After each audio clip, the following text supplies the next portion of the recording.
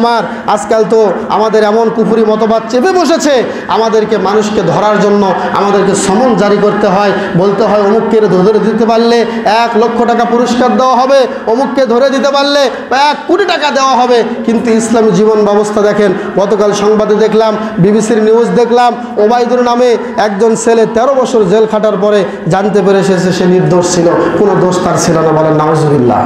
আর একজন দেখলাম ব্রাহ্মণবাড়িয়ার বাবুল মিয়া, তিনিও 25 বছর যাবৎ জেল খাটতেছেন, পরে এসে জানতে পারলেন নির্দোষ ছিল। কি অবস্থা! এই হলো আমাদের দেশের অবস্থা। বাগেরহাটের শেখ জাহিদ নামে একজন ভাই, তিনি 20 বছর যাবৎ মামলা খাটার পরে, জেল খাটার পরে জানতে পারল সে নির্দোষ। এবং পক্ষান্তরে 7 বছরের একজন কিশোরীকে ধর্ষণ করায় বাবা মা যখন মামলা করলো, এক পর্যায়ে এই বাবা মাকে হত্যার হুমকি দেওয়া হলো, বলা হলো যে তুমি যদি মামলা না তোলো তাহলে তোমাকে হত্যা করা হবে। এটাই কি আমাদের ইসলামী জীবন ব্যবস্থা? আমরা কি 90% মুসলমানের দেশে বাস করতেছি? স্পষ্ট বোঝা যাচ্ছে একটা কুফরি এবং একটা পাশ্চাত্য পশ্চিমাদের একটা দায়িত্ব এসে আমাদের কাঁধে চেপে বসেছে। কথা বলেন ঠিক কিনা? এই হলো আমাদের অবস্থা। আদি বিন হাতেমের কথা সবাই জানেন। আদি বিন হাতেম পরে মুসলমান হয়েছিলেন।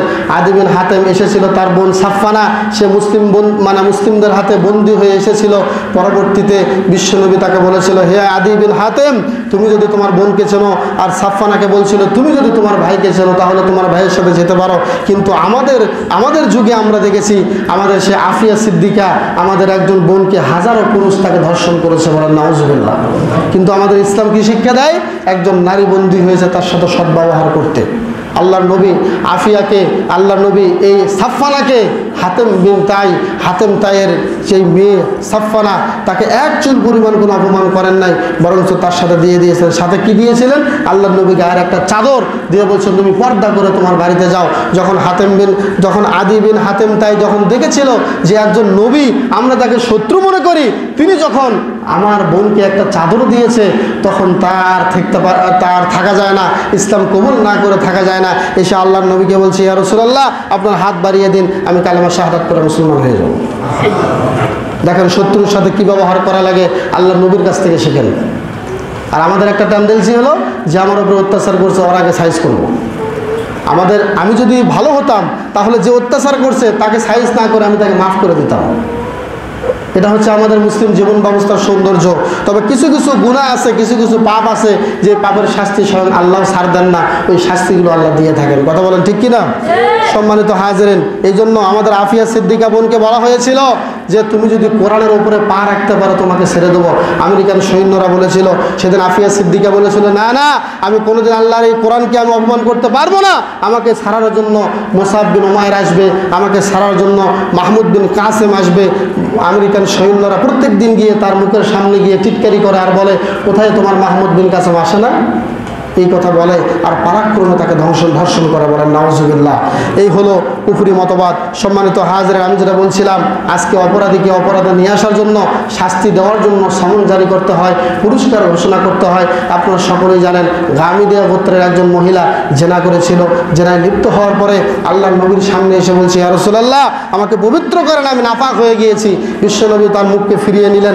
আবার আল্লাহর নবীর সামনে আসলো, এসে বললো, ইয়া রাসূলুল্লাহ, আমাকে পবিত্র করেন, আমি জেনায় লিপ্ত হয়েছি। 1 বার 2 বার 3 বার। আল্লাহ নবী পরে লক্ষ্য করে দেখলেন পেটে বাচ্চা। বিশ্বনবী বললেন, তুমি অপরাধ করেছ, তোমার সন্তান অপরাধ করে নাই। পেটের বাচ্চা যখন ভূমিষ্ঠ হবে তখন এসো, তোমাকে ফয়সালা করে দেবো। কিছুদিন গেল, সন্তান ভূমিষ্ঠ হলো, আসলো। আল্লাহ নবী আবার বললেন, সন্তান যখন দুধ ছাড়বে তখন এসো। দেখেন ইসলামী জীবন ব্যবস্থা কাকে বলে। এক পর্যায়ে কিছু 1.5 বছর 2 বছর পরে সন্তানটিকে কোলে নিয়ে, বাচ্চাটাকে কোলে নিয়ে হাতে একটা রুটি দিয়ে, সহিহ বুখারীর বর্ণনা, আমি শুধু অনুবাদটা বলছি, মহিলা এসে বলছে, ইয়া রাসূলুল্লাহ, এই যে দেখেন সন্তানটা রুটি খেতে পারে। তখন বিশ্বনবী বললেন, সাহাবীরা শোনো, কোমর পর্যন্ত মাটিতে পুঁতে দাও আর পাথর মেরে মহিলাকে দুনিয়া থেকে বিদায় করে দাও। কোমর পর্যন্ত পুঁতে ফেলা হলো। পাথর মারতে মারতে এই মহিলাটিকে, গামিদিয়া গোত্রের মহিলাটিকে দুনিয়া থেকে বিদায় করা হলো। হঠাৎ করে 1 ফোঁটা রক্ত টপকে গিয়ে খালিদ বিন ওয়ালিদের চেহারায় লাগলো। খালিদ বিন ওয়ালিদ বলল, সি সি, আস্তাগফিরুল্লাহ, একজন বেপরদা, একজন জিনাকারিনী মহিলার শরীরের রক্ত আমার গায়ে এসে লাগলো। এই কথা বলার সাথে সাথেই বিশ্বনবী নবী মুহাম্মদ রাসূলুল্লাহ সাল্লাল্লাহু আলাইহি ওয়াসাল্লাম বললেন, হে আমার সাহাবী খালিদ বিন ওয়ালিদ শুনে নাও, এই মহিলা এমন তওবা করেছে, এই তওবা যদি সারা মক্কাবাসীকে ভাগ করে দেওয়া হতো, সমস্ত মক্কা মদিনাবাসীর জন্য তওবা যথেষ্ট হয়ে যাবে। সুবহানাল্লাহ। সমস্ত মক্কাবাসী মদিনাবাসীর কি হবে? তওবা যথেষ্ট হয়ে যাবে। সম্মানিত হাজিরিন, এই জন্য আমি আপনাদের বলছি যে আমরা কোন সমাজ ব্যবস্থা চাই, যে সমাজ ব্যবস্থায় থাকবে ইসলামী সমাজ ব্যবস্থা, যে সমাজ ব্যবস্থায় থাকবে না কোনো হিংসামি, যে সমাজ ব্যবস্থা সবাই মিলে পরামর্শ করে আমরা রাষ্ট্র গোছাবো, সমাজ গোছাবো, এই সমাজ চান? নাকি একজন মানুষকে অপমান করে অপদস্থ করে আপনার পাশ থেকে দূরে সরে দিয়ে সমাজ ব্যবস্থা চান? কোনটা চান? আমরা সবাই চাই সবাই কাঁধে কাঁধ মিলিয়ে একতাবদ্ধ হয়ে পাশাপাশি থেকে আমরা আমাদের রাষ্ট্র গোছানোর আগে আমাদের ব্যক্তিগত যেই পরিবার, ব্যক্তিগত পারিবারিক যেই সমাজ, এটা আগে গোছাতে হবে, ফিরে যেতে হবে সেই জীবনের দিকে যেই জীবনে আছে ইসলামী ব্যবস্থা।